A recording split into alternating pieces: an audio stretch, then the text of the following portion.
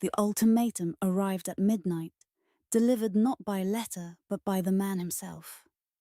Lord Adrian Blackthorne stood in the doorway of the drawing room where Eleanor Hartley had been attempting to read by candlelight.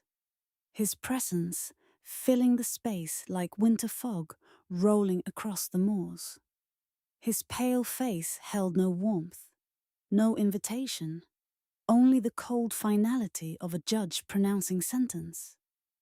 "You have until sunrise to leave," he said, his voice carrying the weight of centuries she could not yet comprehend. "I have arranged for a carriage to take you to your aunt's house in Bath. Your belongings will be sent tomorrow." Eleanor looked up from her book, her fingers still resting on the page. The fire crackled in the hearth behind her, casting dancing shadows across the Turkish carpet. She had arrived at Blackthorne Manor only 3 days prior, hired as a companion to Lord Blackthorne's elderly cousin, Lady Margaret. The position had seemed a godsend after her father's death, left her with nothing but debts and a tarnished family name. She closed the book with deliberate care, set it on the side table, and reached for the teapot that sat on the tray beside her chair. The porcelain clinked softly as she poured amber liquid into her cup, the steam rising in delicate spirals. "I prefer Earl Grey in the evening," she said, her voice steady despite the hammering of her heart. "Would you care for a cup, my lord?" Lord Blackthorne's expression shifted, something flickering across his features that might have been surprise. He remained in the doorway, his tall frame rigid, his hands clasped behind his back. In the candlelight, his skin appeared almost translucent, and his eyes held an unusual quality, neither quite grey nor quite blue, but something in between, like ice reflecting moonlight. "You misunderstand me, Miss Hartley. This is not a negotiation." "I understand perfectly," Eleanor replied, adding a small measure of cream to her tea. "You wish me kinks. However, I have a contract with Lady Margaret for 6 months' service. I have been here 3 days. I do not break my word, my lord, regardless of the hour at which ultimatums are delivered." She lifted the cup to her lips, meeting his gaze over the rim. Her hand trembled slightly, but she willed it still. She had learned long ago that appearing calm often made one feel calmer, even when one's entire future hung in the balance. Lord Blackthorne stepped into the room, and Eleanor noticed for the first time how silently he moved. No footfall disturbed the quiet. No rustle of clothing accompanied his approach. He stopped several feet from her chair, maintaining a careful distance.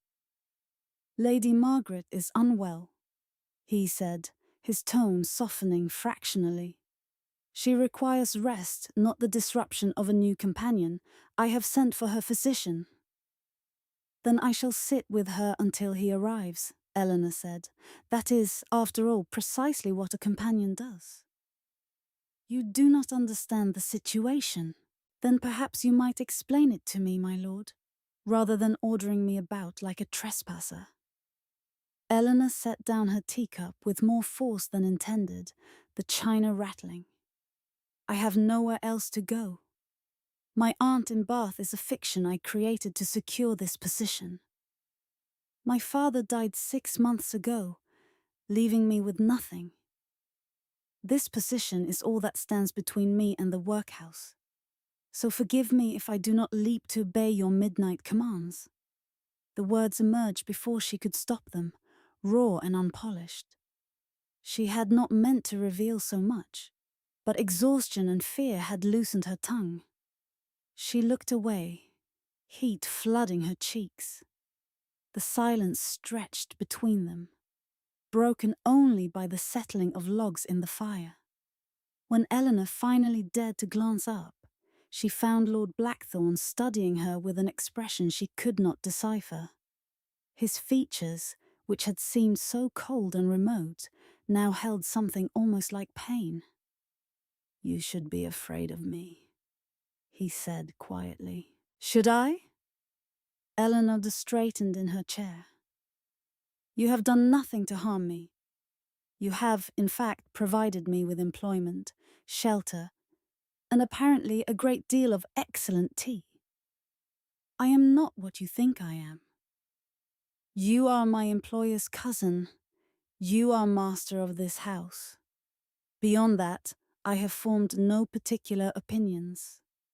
She paused, then added with deliberate lightness, "Though I confess I find your nocturnal habits somewhat irregular."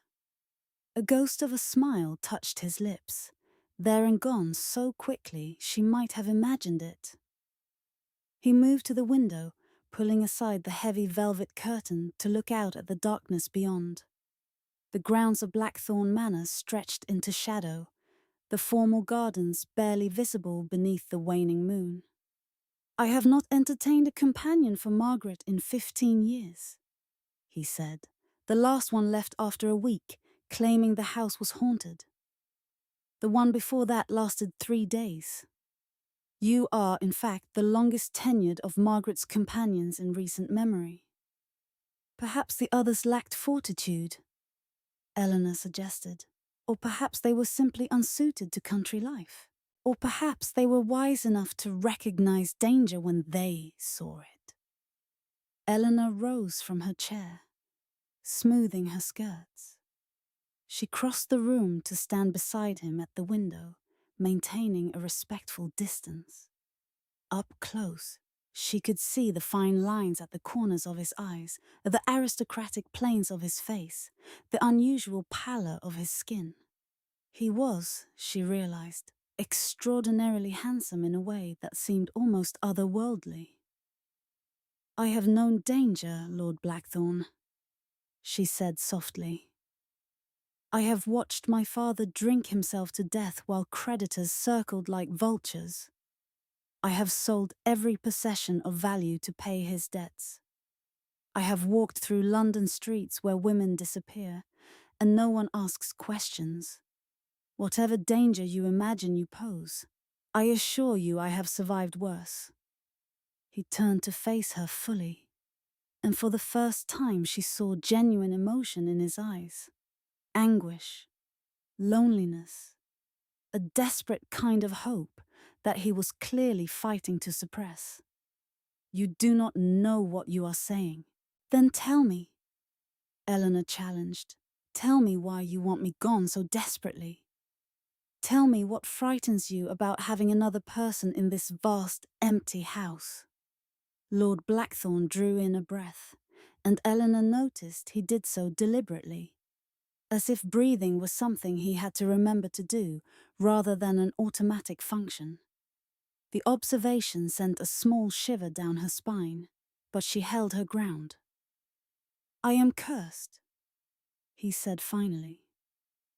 "I have been cursed for 300 years. I do not age. I do not sicken. I do not die.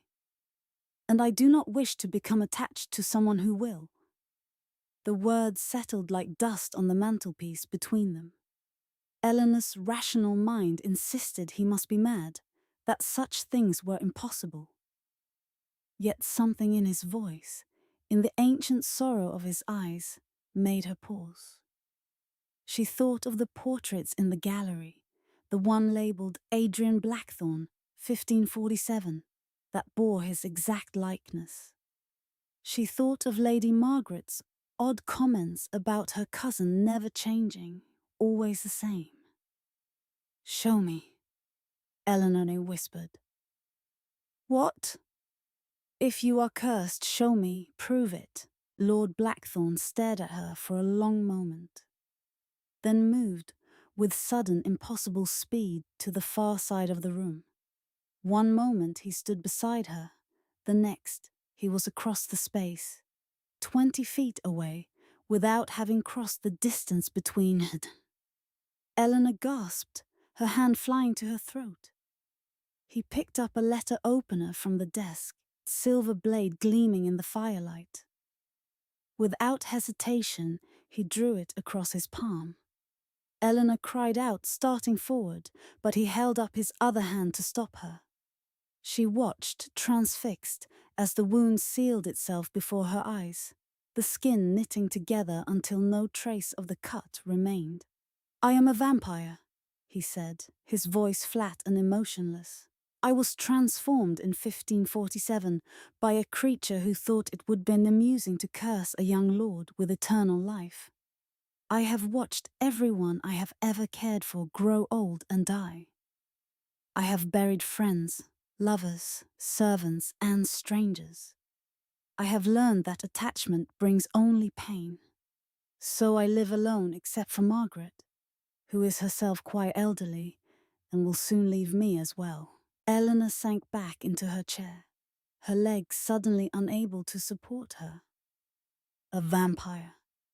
The word conjured images of horror stories, of monsters who preyed upon the innocent. Yet the man before her looked only sad, infinitely weary, as if the weight of centuries pressed upon his shoulders. "Do you drink blood?" she asked, surprised by the steadiness of her own voice. "Animal blood primarily. I keep a small herd of cattle on the estate. I have not fed from a human in over a century, and when I did, it was always with consent, always carefully controlled." He moved back to the window, putting distance between them once more. "I'm not a monster, Miss Hartley, though I am certainly not human, and that is why you must leave. I cannot bear to watch another person I care for wither and die, while I remain unchanged." "You barely know me," Eleanor pointed out.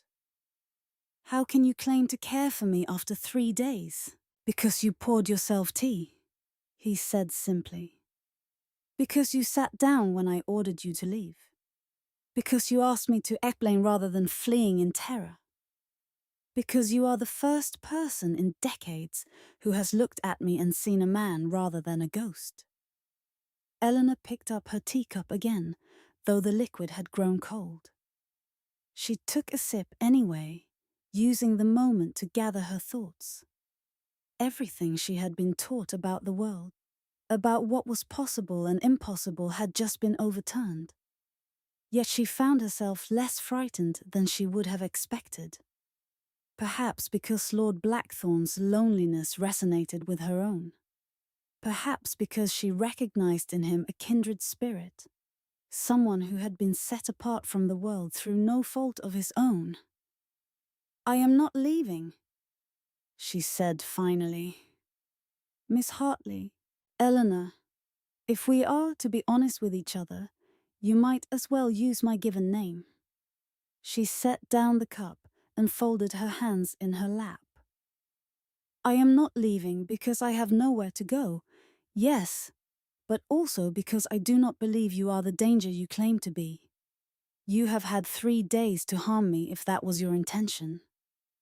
Instead, you have avoided me, kept to your own wing of the house, and only approached me tonight to try to send me away for my own protection. You are a fool. Perhaps. But I am a fool with a contract and a stubborn disposition." She smiled slightly.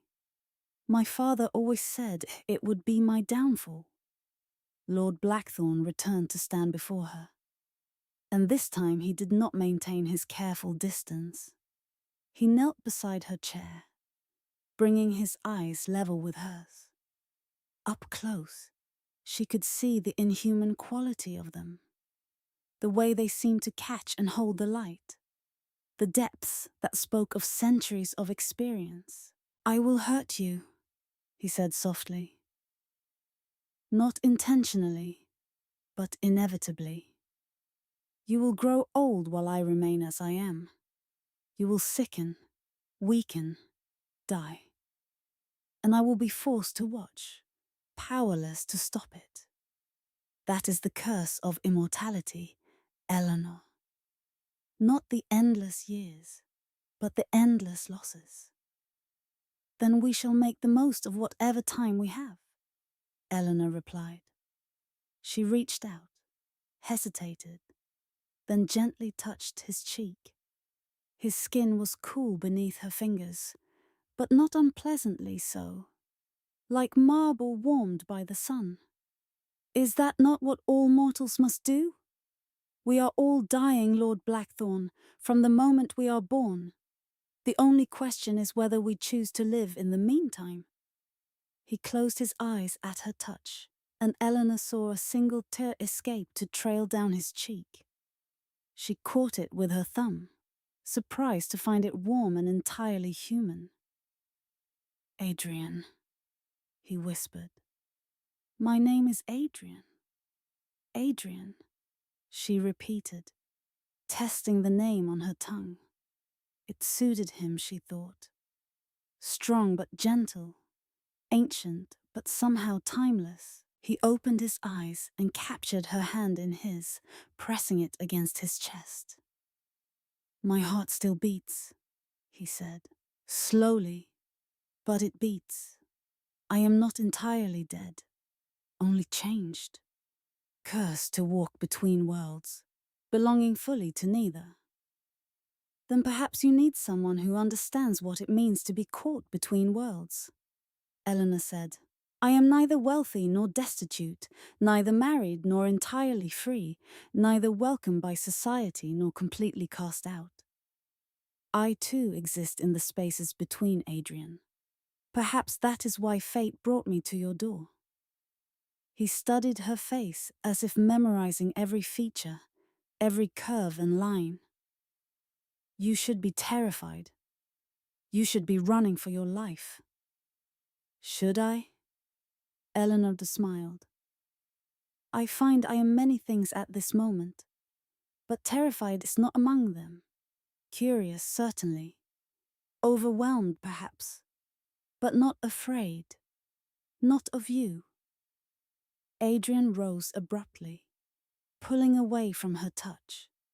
He paced to the fireplace, bracing his hands against the mantel. The flames cast his shadow long across the floor, and Eleanor noticed with a start that the shadow seemed somehow thinner than it should be, less substantial. There are others, he said, other vampires. Not all of them share my scruples about feeding. Some actively hunt humans, viewing them as nothing more than prey. If they learn that I have taken a human companion, they may see you as a weakness to exploit. Then we shall be careful, Eleanor said. We shall be discreet, but I will not leave, Adrian. Not unless you truly wish me gone. Not for my protection, but because you genuinely do not want me here. He turned to face her, and in his eyes she saw the war between desire and duty, between hope and fear. I have not wanted anything in so very long, he admitted. I have merely existed, going through the motions of life without truly living. But these past 3 days, knowing you were in the house, hearing your footsteps in the halls, your laughter with Margaret, it has awakened something in me I thought long dead.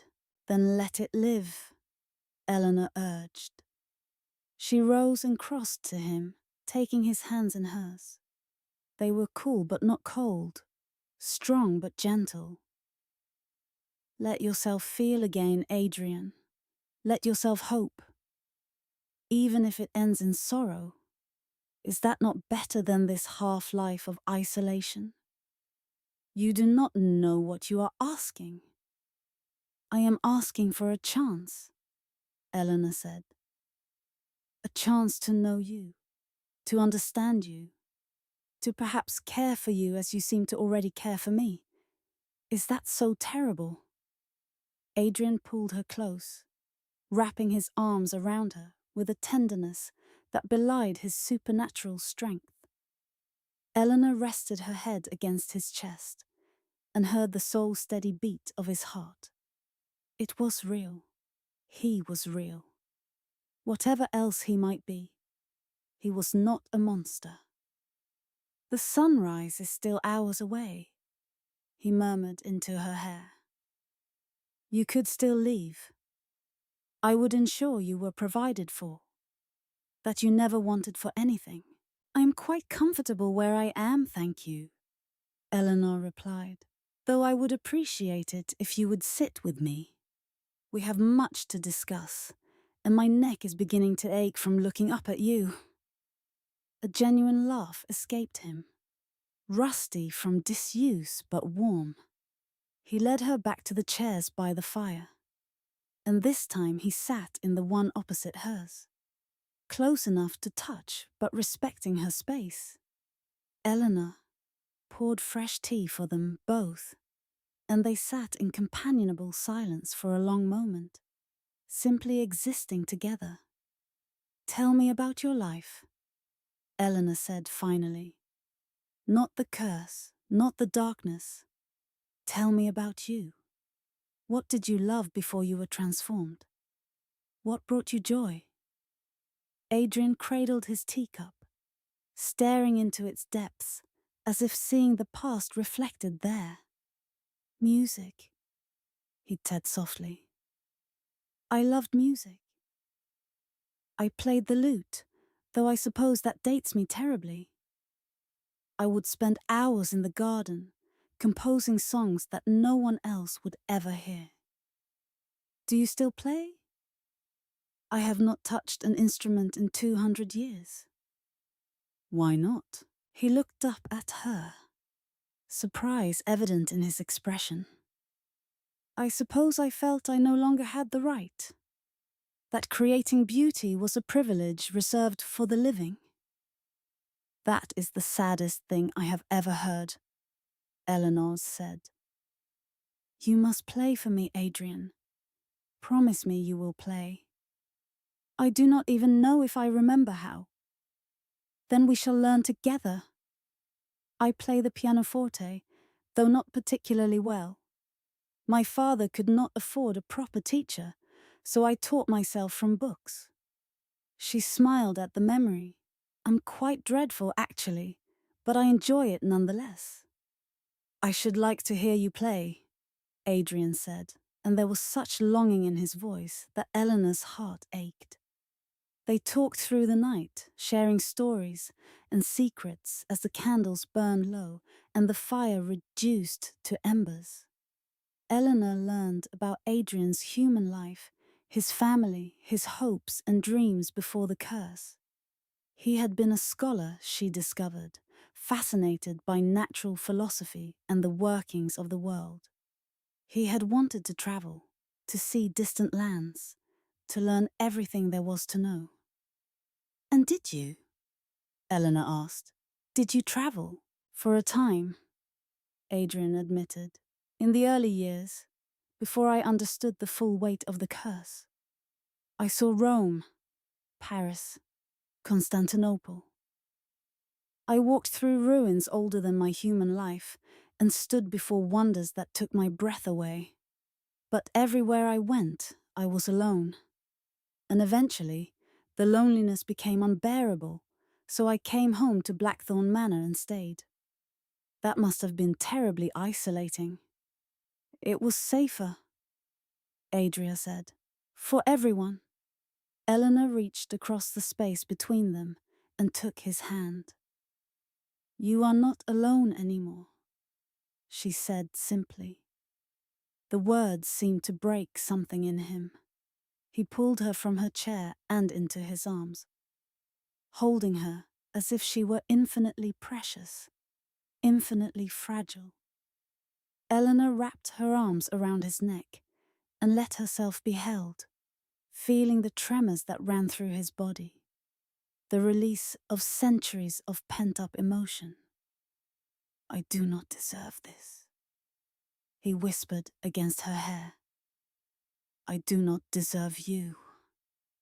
"Deserve has nothing to do with it," Eleanor replied. "We have found each other, Adrian."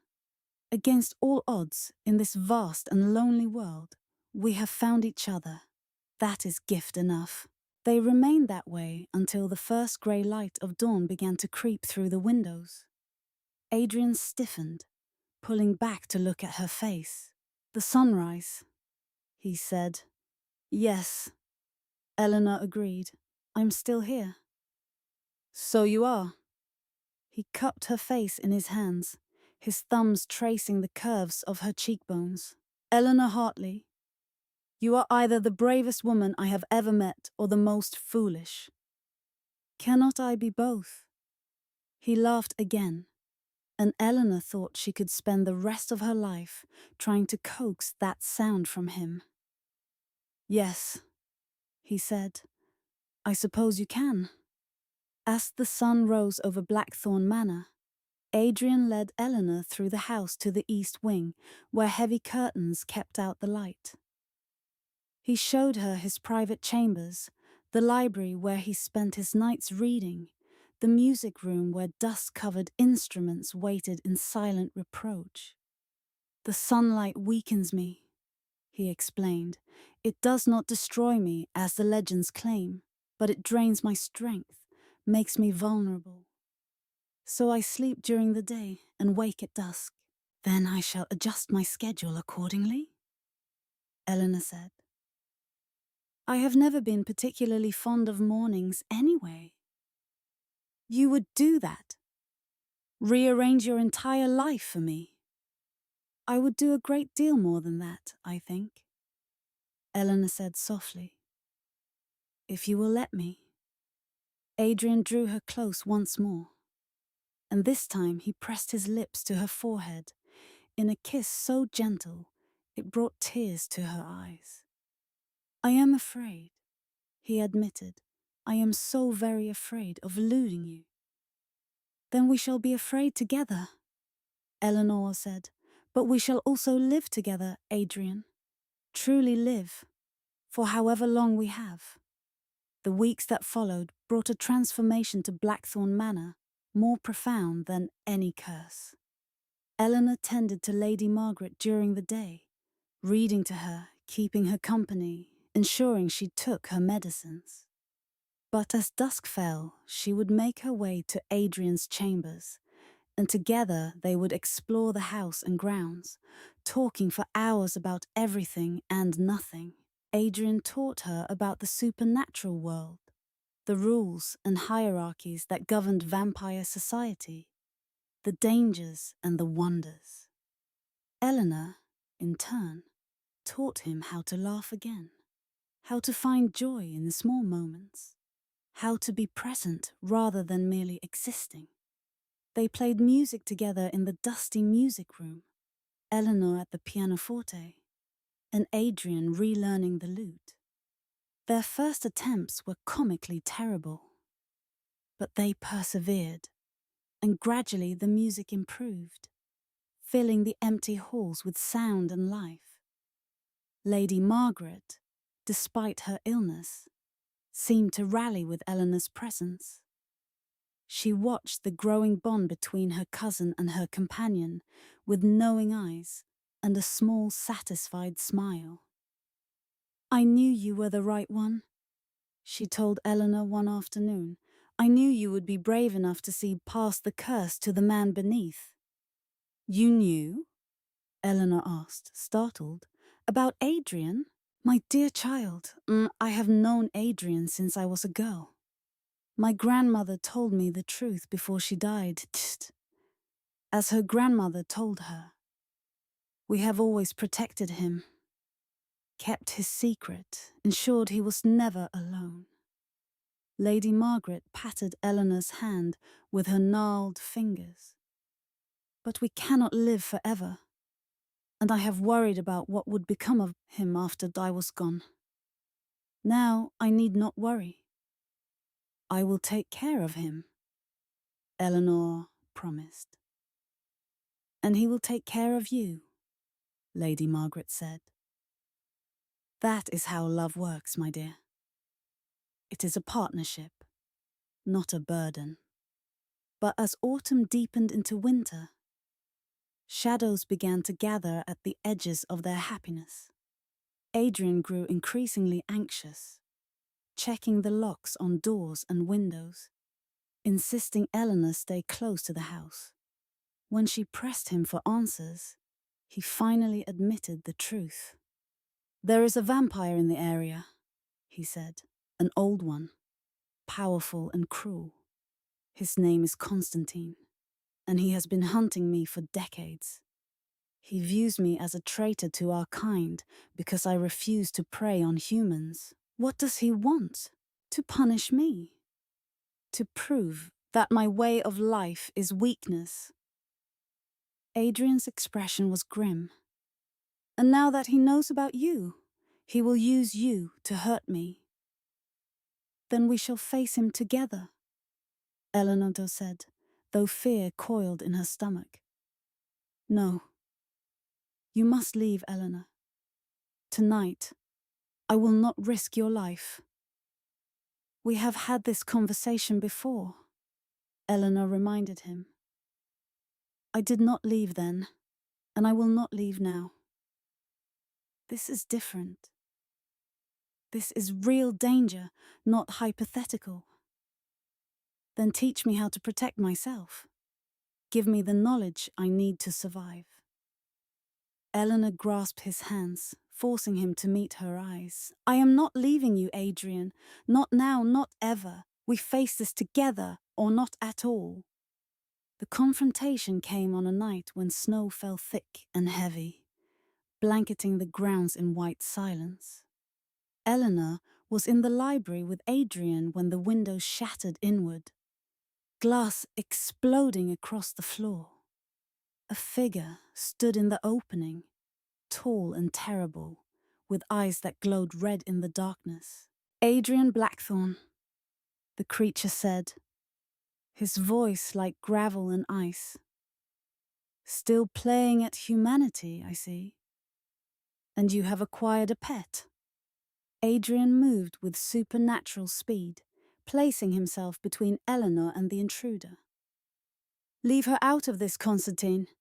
Your quarrel is with me." "Oh, but she is the quarrel, dear boy." Constantine smiled, revealing elongated fangs.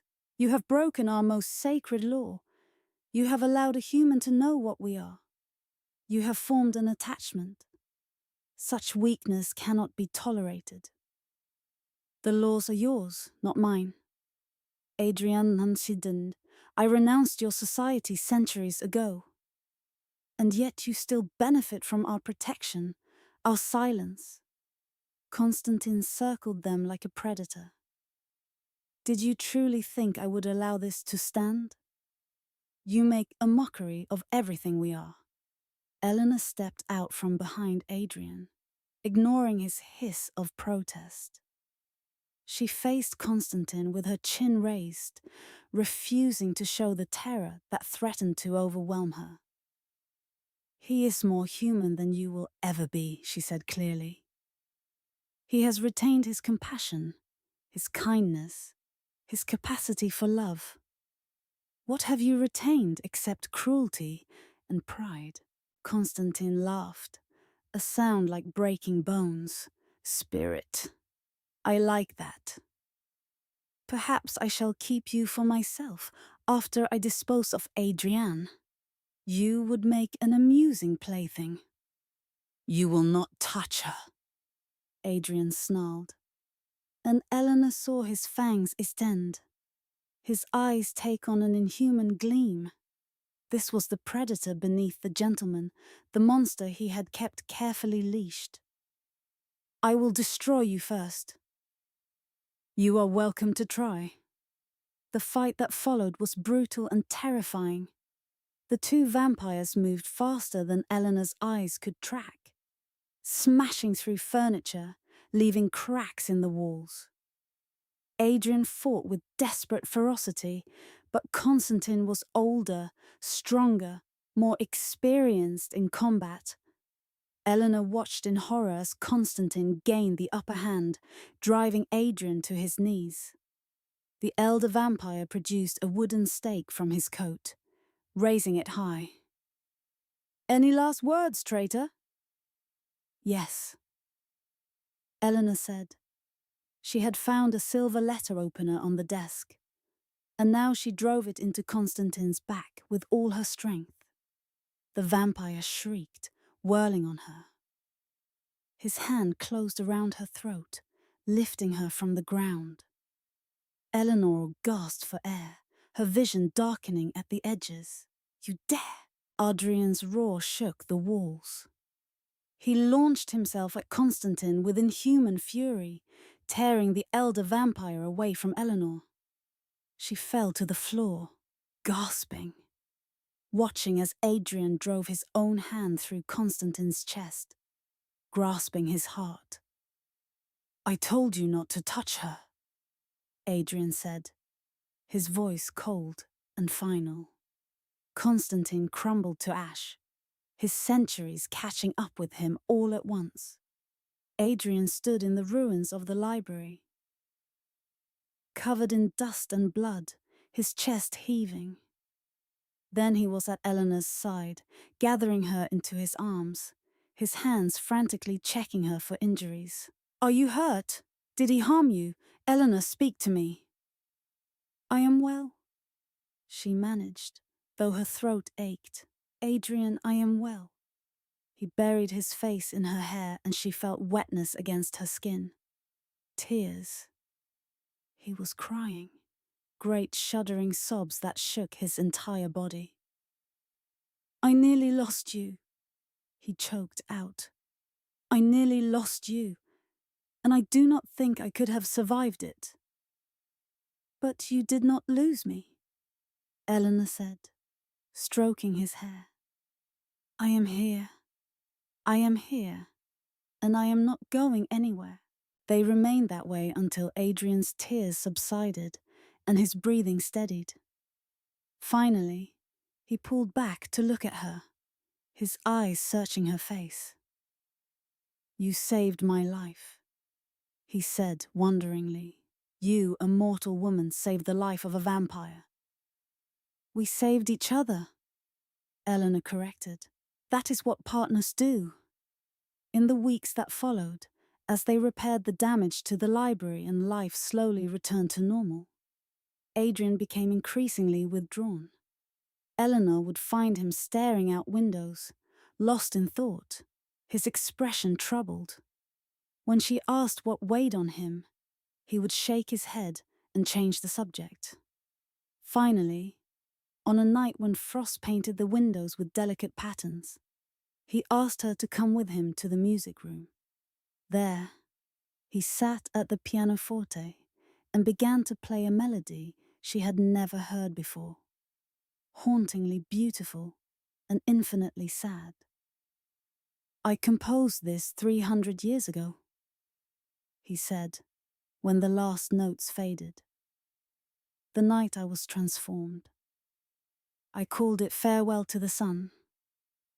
Eleanor sat beside him on the bench, taking his hand. Why are you playing it now? Because I have been thinking, Adrian said slowly. About the curse. About what it means. About what I want. Tell me. He turned to face her fully, his oppression more vulnerable than she had ever seen it. There is a way to break the curse, he said.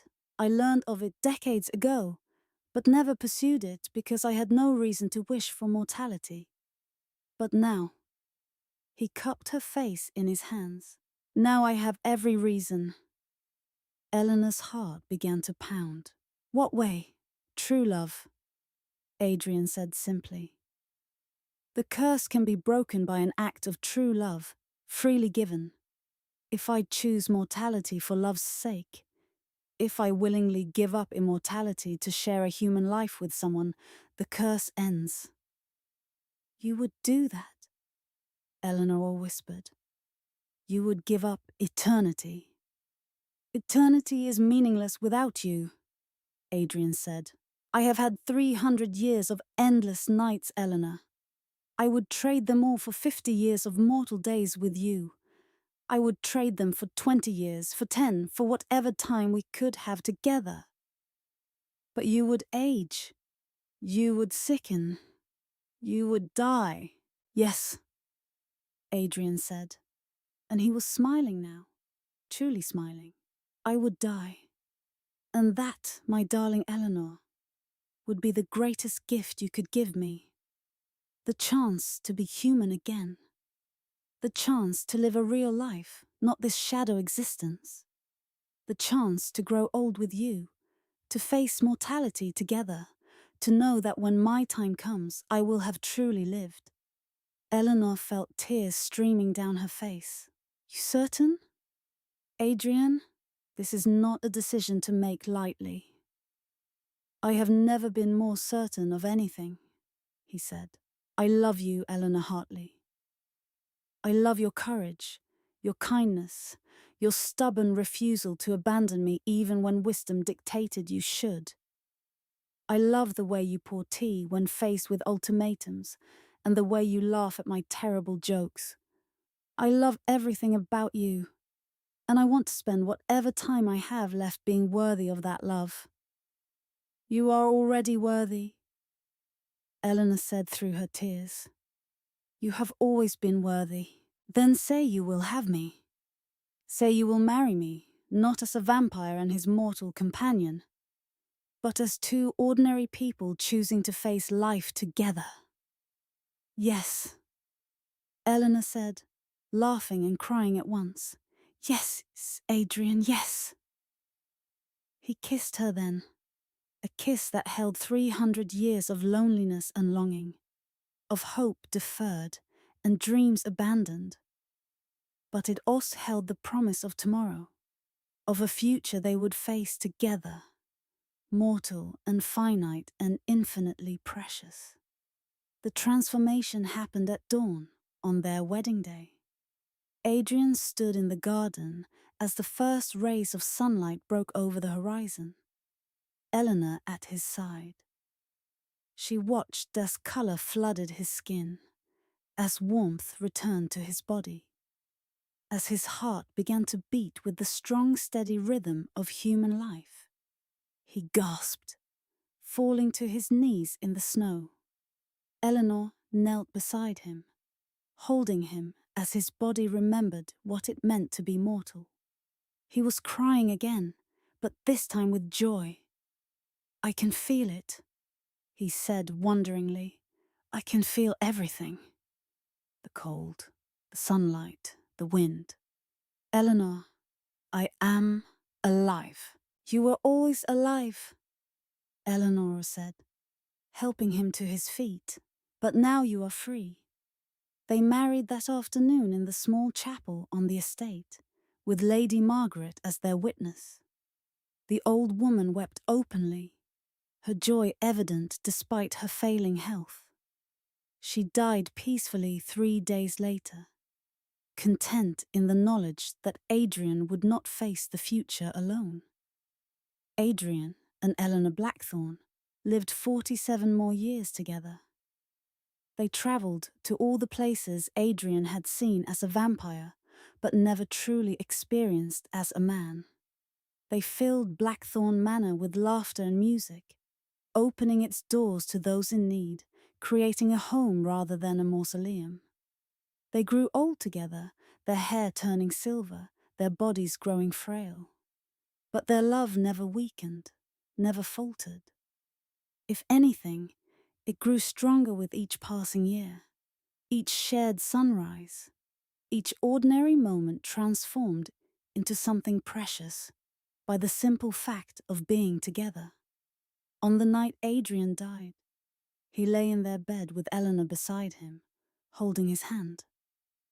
His breathing was laboured, his body failing, but his eyes were clear and bright. I do not regret it, he whispered. Not for a moment. Neither do I, Eleanor said, pressing a kiss to his weathered hand. Thank you, Adrian said, for pouring yourself tea, for refusing to leave. for teaching me how to live again." "Thank you," Eleanor replied, "for letting me stay." Smiled. That same gentle smile she had fallen in love with all those years ago.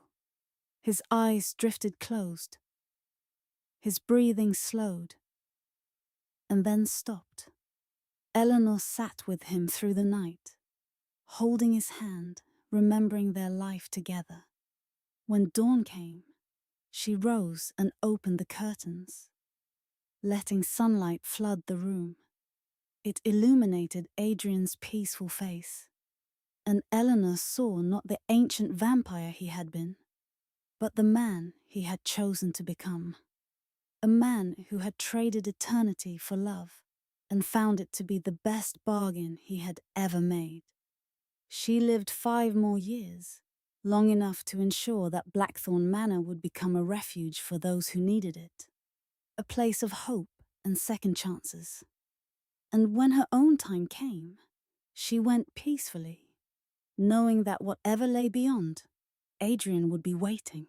In the music room of Blackthorne Manor, where dust motes danced in afternoon light, a lute and a pianoforte sat side by side, silent but not forgotten, bearing witness to a love that had conquered both curse and time, proving that sometimes the bravest thing one can do is simply stay, pour a cup of tea, and choose to live.